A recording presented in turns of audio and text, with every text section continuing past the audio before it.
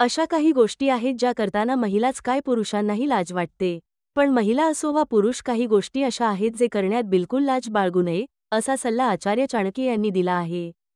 आचार्य चाणक्य यांनी चाणक्यनीतीमध्ये मानवी आयुष्यासाठी अनेक सल्ले दिले आहेत. त्यापैकी हा एक सल्ला ज्यात त्यांनी महिला पुरुषांनी कोणतं काम न लाजता करावं हे सांगितलं आहे. धन कमावताना लाज बाळगू नका. चांगल्या, आरामदायी आणि सुखी आयुष्यासाठी धनाची आवश्यकता असते.